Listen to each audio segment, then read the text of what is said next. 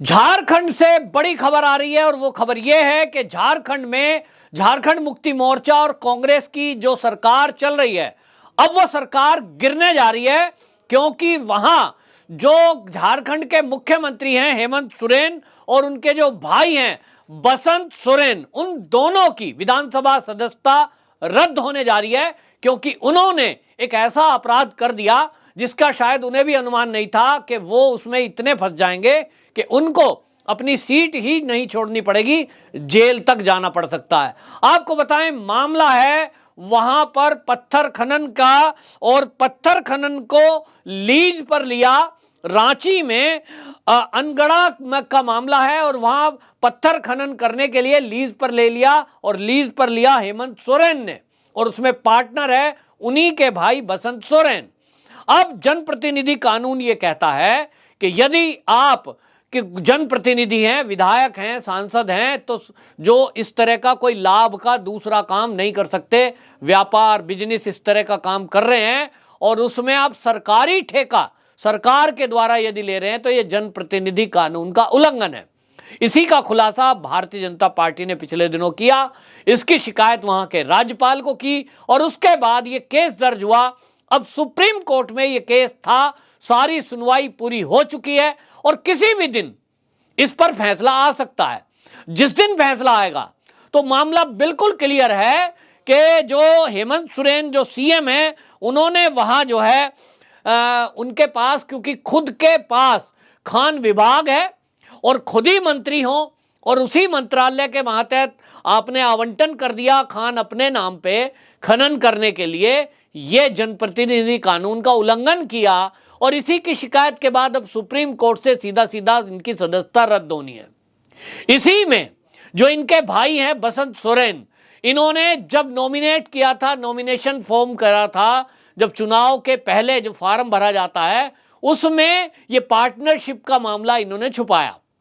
उसमें बताया नहीं कि ये किसी में पार्टनरशिप इस तरह की किसी खान में है, किसी खनन में ये पार्टनर है अपने भाई के।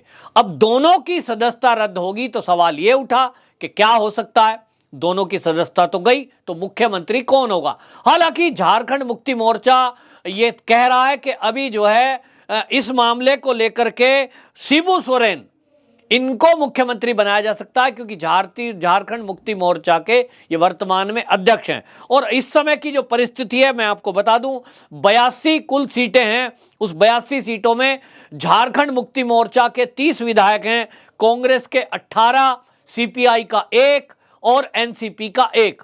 इस तरह से आपको बता दें ये कुल सीटों का मामला है। और यहां जो बहुमत के लिए है कुल 41 सीटें चाहिए, 41 वोटें चाहिए, विधायक एक पक्ष में होना चाहिए। और इसीलिए आपको बताएं यहां सरकार बनी कांग्रेस के साथ मिलकर के। कांग्रेस के 18 विधायक हैं, अब इसमें से 3 वो विधायक भी हैं जो अभी आपने देखा होगा पिछले दिनों भारी कैश के साथ उनको कोलकाता में पकड़ा गया था। इसी में ये बातें आई थी कि ये भी हेमंत सोरेन की कारस्तानी थी कि उनको पकड़वाया है। अब ये इनका अंदरूनी मामला था, लेकिन कुल मिलाकर के आज की संख्या में वो जो कांग्रेस है इनके विधायक 18 हैं। और अब अगर ये सदस्यता रद्द होती है हेमंत सोरेन और बसंत सोरेन की, तो झारखंड मुक्ति मोर्चा ही अपना अगला मुख्यमंत्री बनाएगा। इसको लेकर कांग्रेस में आक्रोश है। वो कहते हैं भाई 2.5 साल हो गया, हमने आपकी सरकार बनवाई, हम भी 18 की संख्या में हैं, तो मुख्यमंत्री अगला हमारा ही क्यों ना हो, आप ही अपनी पार्टी का मुख्यमंत्री क्यों बनाएंगे। दूसरी तरफ यहां आपको यह भी बता दूं कि जो यहां विपक्ष में भारतीय जनता पार्टी है, उनकी जो संख्या है उनकी संख्या 26 है और उनके साथ एजेएसयू उनके 2 विधायक हैं और निर्दलीय के 2 विधायक हैं, यानी कुल मिलाकर के उनकी संख्या 30 है। अब ये अंदर से कहा जा रहा है कि जिस तरह से महाराष्ट्र के अंदर आपने देखा कि शिवसेना से टूटकर एकनाथ शिंदे अलग हुए और भारतीय जनता पार्टी ने एकनाथ शिंदे को ही सपोर्ट कर दिया, उन्हीं को मुख्यमंत्री बना दिया, खुद सपोर्ट में उप मुख्यमंत्री पद ले लिया। लेकिन वहां उद्धव ठाकरे जो इस तरह से दिन रात बयानबाजी कर रहे थे, मोदी के विरुद्ध अभियान चला रहे थे, संजय राउत आए दिन भारतीय जनता पार्टी को कोस रहे थे और सोनिया गांधी की गोद में बैठे थे, तो भारतीय जनता पार्टी का एक ये जो देखने में आया था फॉर्मूला, इस फॉर्मूले के देखते हुए ये कहा जा रहा है कि एक गुट अलग से कांग्रेस का अगर टूट के आता है, जो अभी कांग्रेस के कुल विधायक 18 हैं, इसमें से एक ये खबर आ रही है कि लगभग आप देख लीजिए 12-13 विधायक जो है वो टूट करके अलग आ सकते हैं। और अगर 12 विधायक अलग टूट के आते हैं तो वो 2/3 बहुमत से आगे होंगे, उनको मान्यता भी मिलेगी और उस दल को भारतीय जनता पार्टी के 30 जो हैं विधायक निर्दलीय के साथ मिला करके वो 12 को अगर 30 विधायक जोड़ दें तो ये 42 हो जाता है और 41 चाहिए कुल बहुमत के लिए। और इस आंकड़े से जो झारखंड है वहां पर कांग्रेस का सीएम, भारतीय जनता पार्टी का डिप्टी सीएम, इस तरह के फॉर्मूले से वहां सरकार की पलटी हो सकती है। अब ये बड़ी खबर आई है और ये आपको बता दें, इस खबर के बाद ये माना जा रहा है कि वाकई में इस तरह का हो सकता है। अब इसको लेकर के ये भी बता दूं कि अगर ये भ्रष्टाचार वहां ना हुआ होता, जो झारखंड मुक्ति मोर्चा है, अगर ये हेमंत सोरेन इस तरह के काम ना करते, ईमानदारी से चलाते, तो चलता रहता। लेकिन आप भ्रष्टाचार करेंगे और फिर उम्मीद करेंगे कि आप जो है हटाए भी ना जाएं, तो जेल भी ना जाएं, अपराध करते रहें, घोटाले घपले करते रहें, तो ये होने वाला नहीं है। जिस तरह के कारनामे किए थे वो 3 सांसद जो थे, जो 3 विधायक कलकत्ता में पकड़े गए, वो कैश ला रहे थे, वो कहीं से ला रहे थे, क्या ला रहे थे, लेकिन अंदर से खबरें ये आई थी कि वो आपसी लड़ाई के कारण ये इन्होंने तनाव देने के लिए, क्योंकि लगता था कि ये जेल चले जाएं ताकि ये दबाव ना बना पाए, क्योंकि अंदर अंदर ये खबरें आ रही थी कि 2.5 साल पूरे होने को आया था हेमंत सोरेन को। और इसके बाद कांग्रेस का एक दल ऐसा है जो ये कह रहा था कि भाई हमें तो कुछ मिला नहीं, अब 2.5 साल तुम अब हमारा मुख्यमंत्री बनाओ। कांग्रेस के विधायक ये चाहते हैं कि उनको भी इसमें पावर मिले, मंत्रिमंडल में उनको ज्यादा जगह मिले, लेकिन ऐसा कुछ हो नहीं पाया। और अब जब इनकी मान्यता रद्द होने की बात चल रही है, सुप्रीम कोर्ट के फैसले के बाद ये मान्यता रद्द हो जाएगी, तो अभी आप जो है शिबू सोरेन को आगे ला रहे हो।